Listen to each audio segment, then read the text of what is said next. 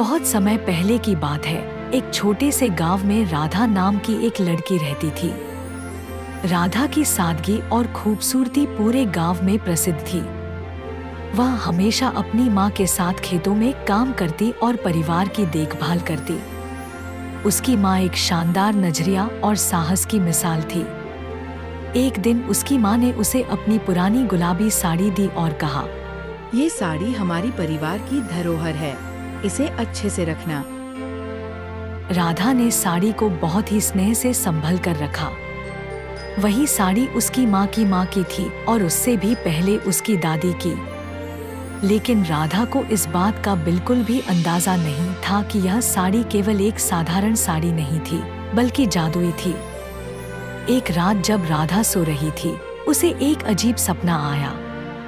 उसने देखा कि उसकी साड़ी के चारों ओर एक हल्की रोशनी फैली हुई थी और साड़ी से सुनहरी चमक आ रही थी। अचानक एक परी उसकी साड़ी से प्रकट हुई और बोली, राधा, ये साड़ी जादुई है। इसका प्रयोग तुम्हारे जीवन में खुशियाँ और समृद्धि लाने के लिए कर सकती हो।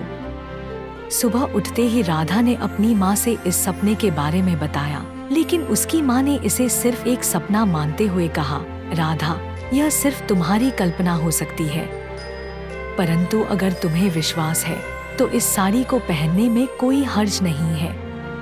राधा ने उस साड़ी को पहन लिया और उसके बाद जो हुआ वह वाकई में आश्चर्यचकित करने वाला था। जब वह खेत में काम करने गई तो वह हर पौधे को छूने से तुरंत फल और फूल से भर गया। उसका पूरा खेत हरा भरा और सुंदर हो गया। गांव के लोग ये चमत्कार देखकर अचंभित हो गए और राधा की खूब तारीफ करने लगे। कुछ समय बाद गांव में सूखा पड़ा। सारी फसलें बर्बाद हो गईं और लोग बहुत परेशान हो गए। गांव के बुजुर्ग राधा के पास आए और उसे कहा, राधा, तुम्हारी साड़ी में जादुई ताकत है, क्या तुम हमें बचा सकोगी? राधा ने सोचा और कहा, मैं कोशिश जरूर करूंगी। राधा ने अपनी साड़ी पहनकर खेतों में जाए सारी जमीन पर हाथ फेरा। अचानक आकाश में बादल छा गए और बारिश शुरू हो गई। पूरे गांव में खुशी की लहर दौड़ गई। सभी ने राधा को धन्यवाद दिया और उसकी साड़ी की खूब तारीफ की। गांव के राजा को भी इस चमत्कार के बारे में पता चला। राजा ने राधा को अपने दरबार में बुलाया और सम्मानित किया।